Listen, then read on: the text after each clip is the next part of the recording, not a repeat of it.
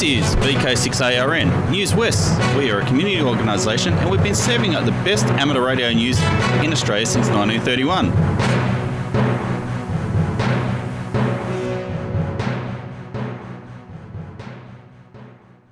Hi there, this is Clinton, VK6FCRC, and welcome to Newswest for the 13th of April 2025. Now on with the news. A part of the international Operation Manna, the Peel Amateur Radio Group will be set up and operating adjacent to the old Tea Pavilion on Caddage Close, Kings Park on Anzac Day.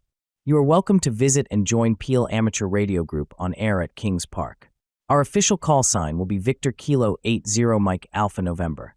We plan to operate in shifts between 12 midnight and 12 noon on Anzac Day. Our minimum hours are 2 a.m. to 9 a.m. Obviously, the more operators who can attend the longer hours, we can operate the station. So make a note now and come along and join us. This event promotes amateur radio to the general public. Today I'd like to talk about diversity in our hobby of amateur radio. Firstly, I don't intend today to talk about ethnic and cultural diversity. These are welcome in the hobby and ought to be encouraged. However, that's a whole other topic for discussion another time. There's been a lot said about the broad range of reasons people are attracted to and enter into the amateur radio hobby, and assuming your motivations for joining the hobby are not illegal or immoral, any reason for taking up this hobby is valid. In earlier times of amateur radio, it took a lot of effort to take up the hobby because you would have to construct your own equipment. There was some off-the-shelf gear available, however, it was very expensive. There may still be some people around with the opinion that you're not a real amateur unless you constructed all of your own equipment. But taking a wild guess, setting aside the satisfaction that people get out of making stuff, the real reason people built their own equipment was that buying off the shelf, if that was even available, would absorb something like a year's worth of wages. Imagine paying a year's worth of wages now to buy a transceiver. These days you can purchase brand new mid-range transceivers for less than a couple of weeks' wages, even less if you buy second-hand. Having said all that though, a lot of amateurs build peripheral devices for their shack. Others, again, buy off the shelf. And you know what? It's all up to you. Once you have your equipment, your choices of what to do next in the hobby are many, and the good thing is you can explore as many or as few of the options available in the hobby. You're free to choose and free to change. What works best for you in the hobby is the right thing for you to be doing. Disregard the grumpy old or not so old men who dismiss new modes and interests in the hobby as not real radio. Other technologies are not compatible with the hobby, etc., and so on. Some people don't like change. I can recall the days when an amateur would throw you out if you suggested bringing a computer into the shack. Nowadays, almost all amateurs involved at least one computer in their shack operations, and there are many radios around these days that are actually built around a computer. As a new amateur, you'd do well to mix with experienced amateurs, including the grumpy old men, and learn from their experience and wisdom, and part of your growing in the hobby is to sort the wheat from the chaff in what people say to you. I'm Bob VK6POP.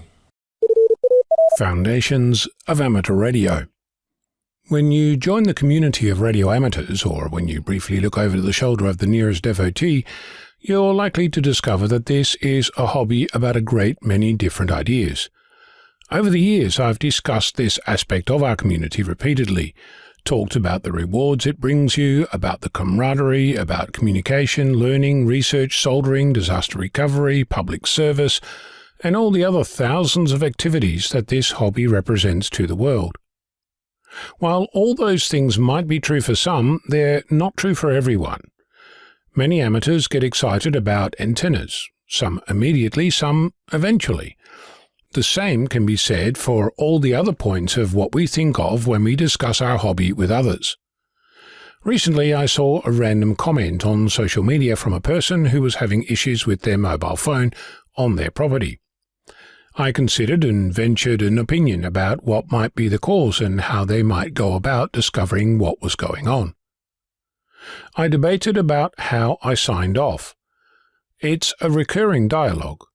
Should I reveal up front that I'm a radio amateur, or should I leave that to be discovered at a later date?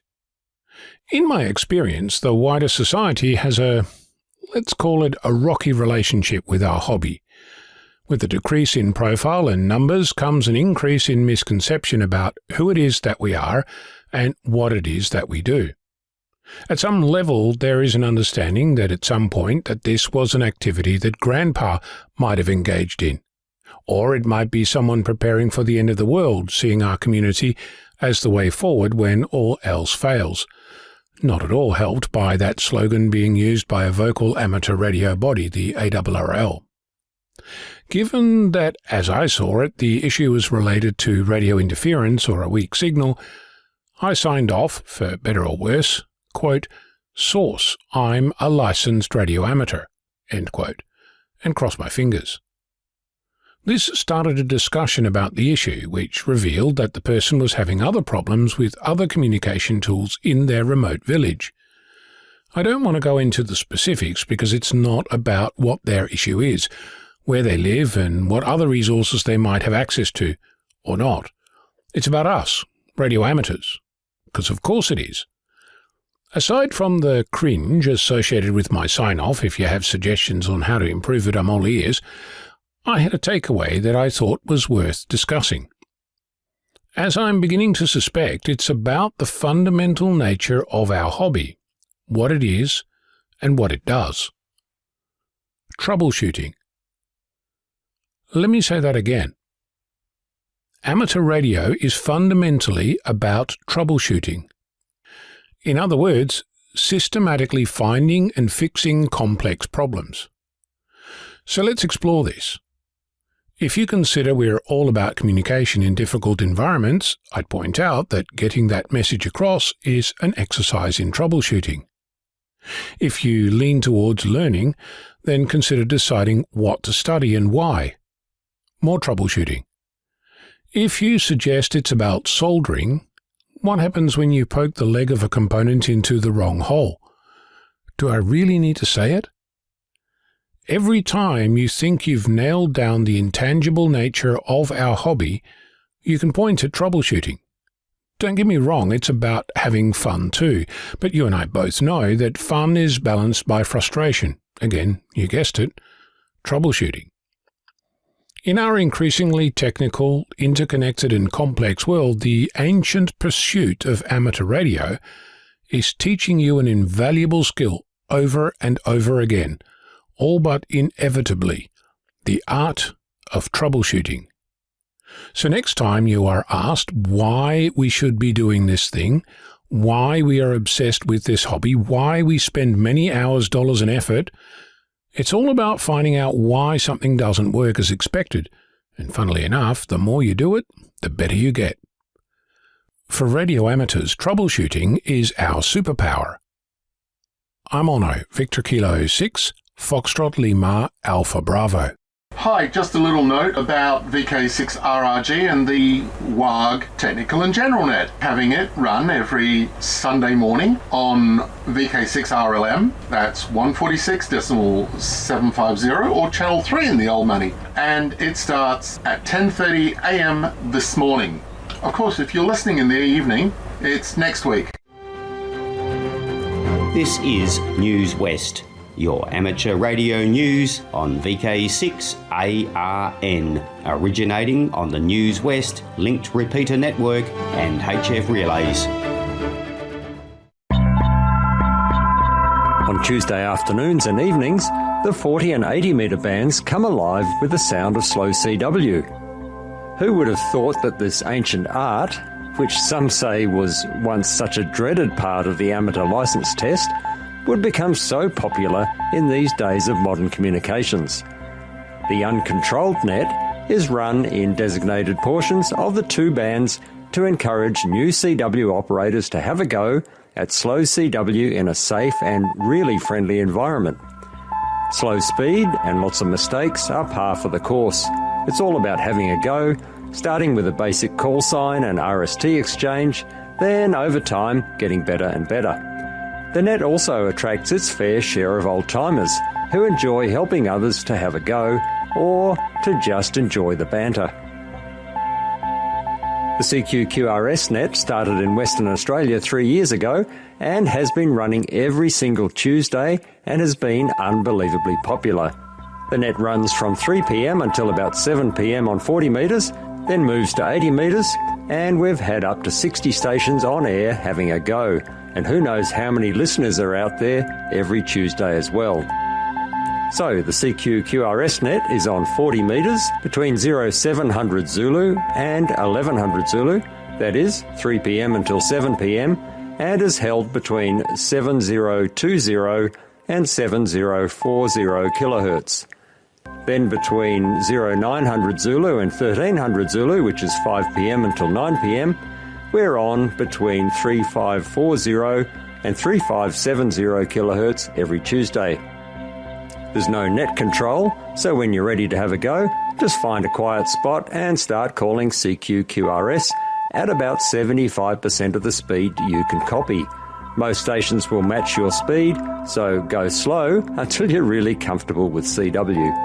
So this might be just the opportunity you've been waiting for to have a go at transmitting on CW, or perhaps just to stop the contacts rusting up on your key.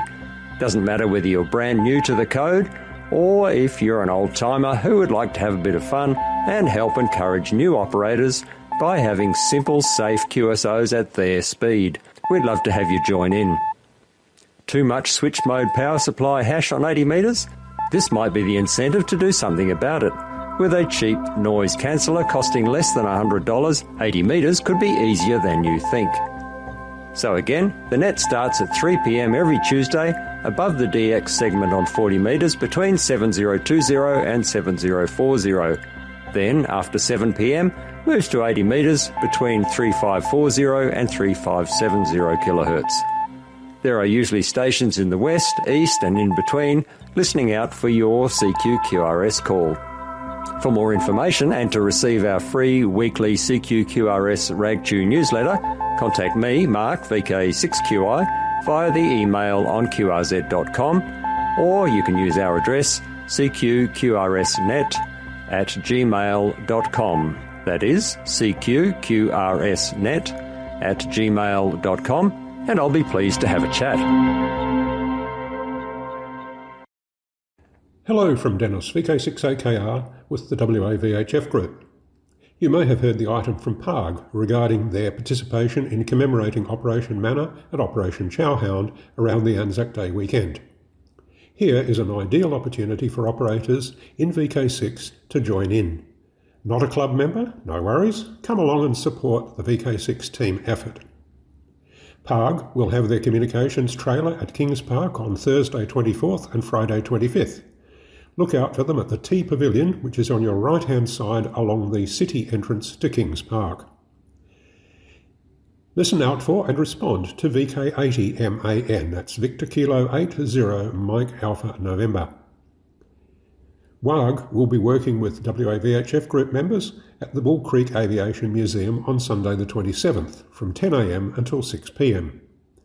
Have you ever wondered what it feels like to have transmitted from the radio operator's seat in a Lancaster? Come along and find out on Sunday the 27th. Claustrophobic? No worries. We will have an operating desk in front of the Lancaster. So what about Saturday the 26th? Listen out for club member Randall, VK6WR, who will be driving VK80MAN from Parkerville. Should have good reach into a fair slab of our coastal plain. Final reminder next Sunday, and then we're underway. Point your web browser to VK80MAN in QRZ, where we will post more updates. Or contact Robert, VK6WHO, or me by email. 73 for now. Enjoy your weekend in amateur radio. Thanks for listening. Hi, I'm Bob, VK6POP. Have you had a look at the latest edition of RASA's QTC magazine for March-April? QTC is now available for viewing at qtcmag.com for the flip the pages on the screen version, or to download at vkradioamateurs.org, which is RASA's website. That's vkradioamateurs.org. In this edition is a full coverage of the Antennapalooza event in January, including a blow-by-blow description of the construction, operation, and the final demise of the enormous 20-metre curtain array project It's an interesting read. And did you know that QTC will run advertisements for your club's Hamfest or major events? Just send your copy and artwork to us, and our email address is info@vkradioamateurs.org. Early to mid-month is a good time to submit your copy, and our publishing date is usually the first week of the month. While you're browsing around RASA's website, have a look at what's on offer for all amateurs, and it's all free. Are you thinking of entering the hobby at foundation level? RASA's Foundation Level Study Guide will give you all the information you need to pass the exam.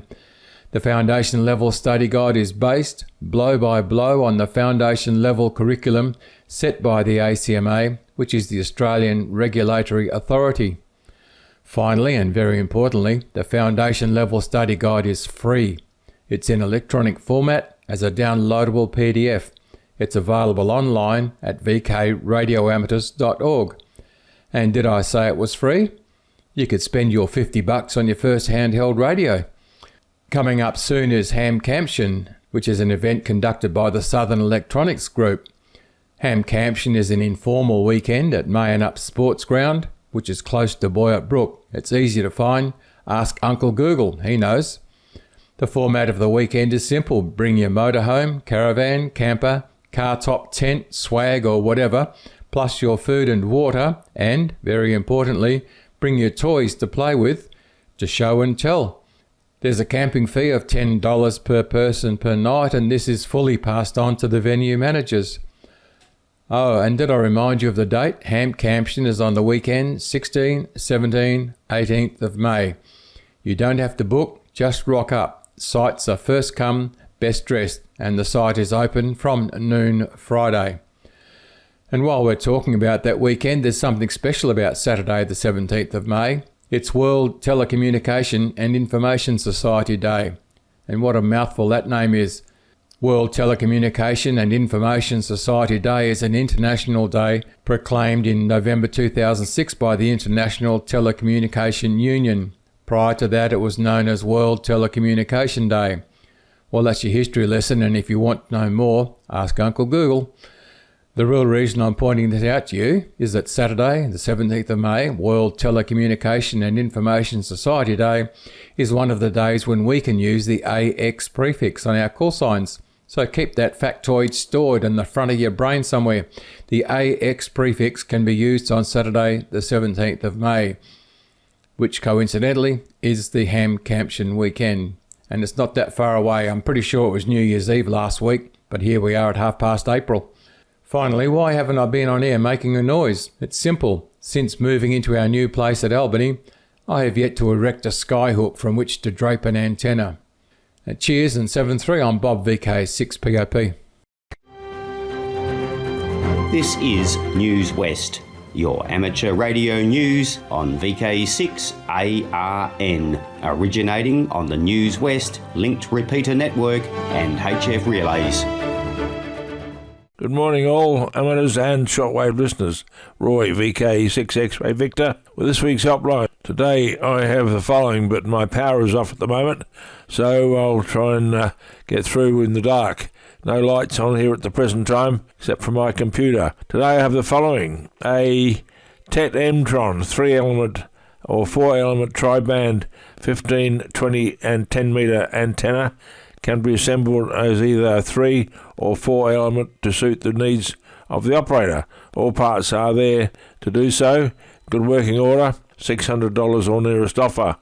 Original Chemtron matching balun at the feed point.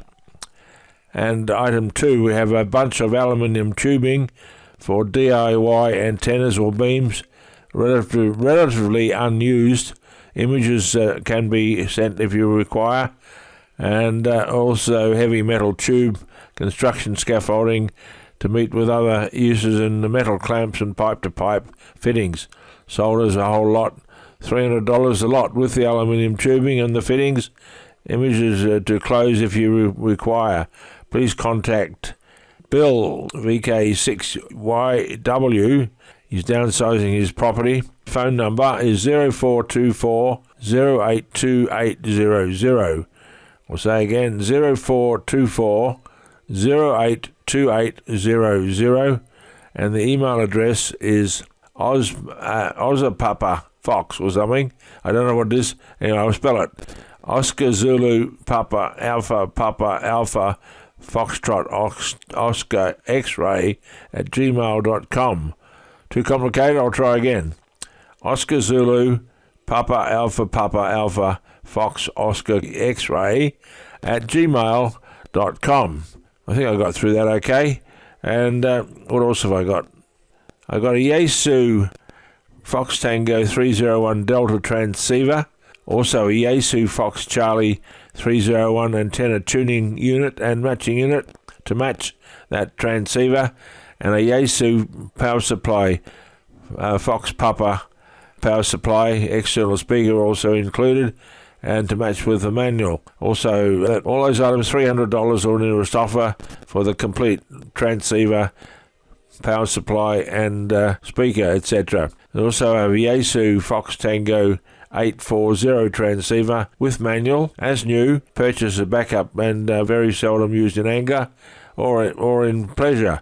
$900 or nearest offer. There's also a 100-foot tower or mast at 5 sections of 20 feet each. Telescoping sections, of course, requires guy wires. Triangular mast, $200 or nearest offer. There's also a TH3 Junior 3-element tri-band antenna, Yagi, $100 or nearest offer on that one. Telephone either 089625 1335 089625 or mobile 04900 13464. Again, 04900 13464. That's for Chick VK6 Zulu Alpha India up at Meckering. VK6 X-Ray Victor. My email address for any items for next week, Victor Kilo 6 X-Ray Victor at bigpond.com. And hopefully I'll have some power on by then, and we might be able to see what I'm doing. Cheers now clear and 7-3. Hi there, it's Clinton, VK6FCRC, back with you. And did you know that Newswest is now on YouTube? Type in youtube.com/@Newswest weekly podcast -Kilo Zulu 7 Yankee Charlie. Oh, and before I go, I'd like to thank those watching on YouTube or ATV, the readers, and you for listening. I'd also like to thank our team, the broadcasters, and those submitting content each week. Please stand by now for callbacks after the broadcast, or head over to the VK6.net website and fill out the form so we know how many people are listening each week.